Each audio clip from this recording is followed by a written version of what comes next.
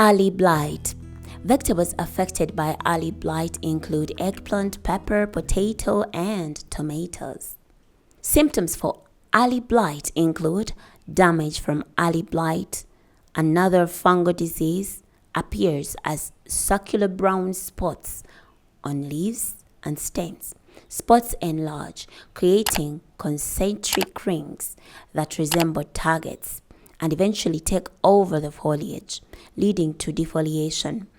In severe cases, the plant loses all of its lower leaves and dies. How then can you control early blight? Early blight spores live in the soil, so avoid overhead watering to prevent infected dirt from splashing onto the foliage. Because blight thrives in humid, poorly ventilated areas, space plants at least 12 inches apart to allow for adequate air circulation. To help prevent the disease from spreading, promptly remove and discard all infected plants.